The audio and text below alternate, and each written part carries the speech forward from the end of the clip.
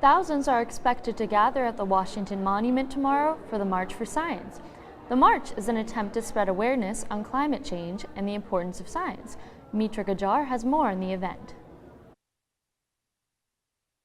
Science enthusiasts from all over the world are coming together in D.C. for the annual March for Science. Co-hosted by Earth Day Founders Network, the marches aim to be a celebration of science and a call to action for politicians to implement environmentally friendly policies. A number of environmental organizations have teamed up to help organize the march. Some of these groups include Greenpeace, the Audubon Society, and the Defenders of Wildlife. So we're a co-sponsor of the march, and our president and CEO, Jamie Rappaport-Clark, is going to be speaking at the main stage. We have our climate scientist, Amy Delac, who's also going to be giving a teach-in. So she's going to be giving a talk on climate science and how climate change is affecting our planet right now and what we can do as citizens to help to combat the climate change effects. I'm here in front of the Washington Monument where the event will begin. The peaceful event is expected to have over 150,000 participants and will continue all the way to Union Square. I'm really excited to go to this march because it's a great way to show how much I care about the environment and to give back to it. The March for Science takes place at 8 a.m. and will continue throughout the day. With District Wire News, I'm Mitra Gajar. On the eve of Earth Day, NASA scientists are teaching the public about their work, as well as the importance of protecting the planet. District Wire News' Jenica Krall reports.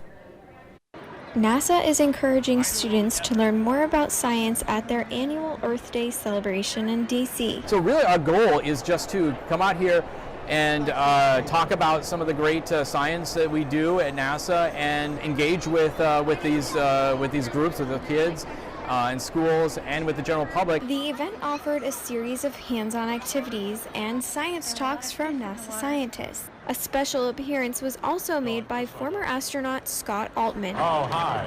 Altman says he's looking forward to encouraging the next generation of NASA scientists. And I'm really hopeful that one day I'll connect with a student at an event like this, and later, 20 years from now, that'll be the person that looks back and says, hey, this got me started, now we're standing here on Mars. Earth Day celebrations will continue online at go.nasa.gov, where you can find a series of online activities as well as virtually adopt a piece of the Earth. We have many chances throughout the year, but this is like one of our biggest events of the year where we get to talk to the kids and the adults about what we study at NASA. In Washington for District Wire News, I'm Jenica Krall.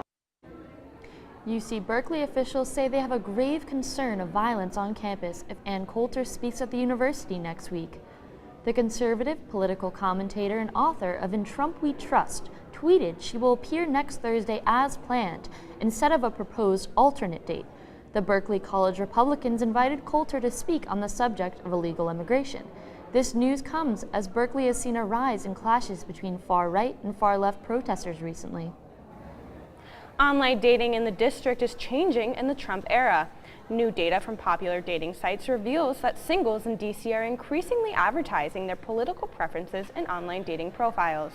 Since the election, users are shying away from looking for love outside party lines. Of the 20,000 D.C. members on the app, The League, 2/3 said finding a partner who shares the same political views has become more important in the past year.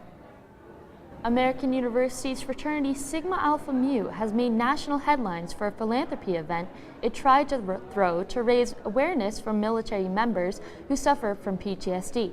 The event, titled Badminton and Bougie, was a play on words from the Migos song, but was criticized by the university for cultural appropriation. While waiting to hear back from school officials, the fraternity, commonly referred to as SAMI, decided to cancel the event because they ran out of time to promote it. Fraternity members say the school did not properly communicate with them. It wasn't really the cultural appropriation that was as much of a big deal to us. We would have understood. It was just that we weren't really responded to in a timely manner and didn't have sufficient time to actually go through with the event. SAMI has raised over $3,000 from online donations, which is more than they anticipated raising at the event. Fox has officially fired its most popular on-air personality, Bill O'Reilly, after multiple accusations of sexual harassment. We have the fallout from this major announcement coming up next on District Wire News.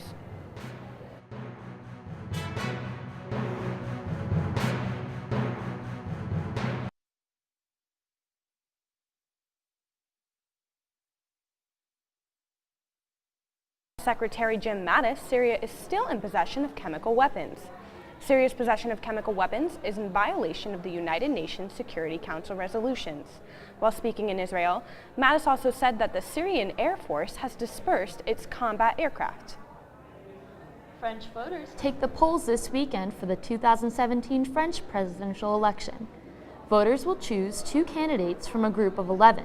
Last weekend marked a crucial time for last-minute campaigning, because candidates are not allowed to campaign on the day before the election. This election rule is put into place for undecided voters to have a day of silence to reflect on who they should vote for. Political corruption and personal integrity have become major issues in this year's election.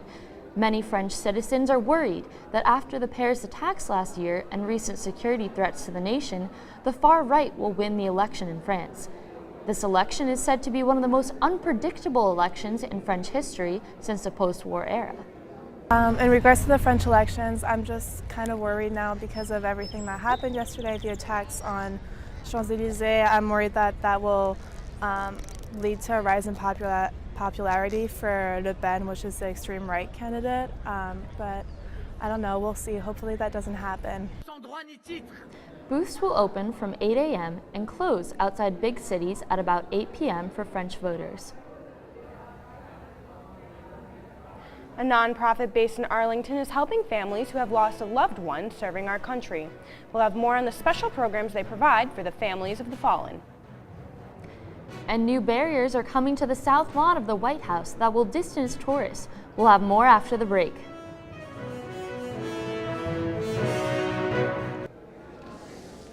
So we did B.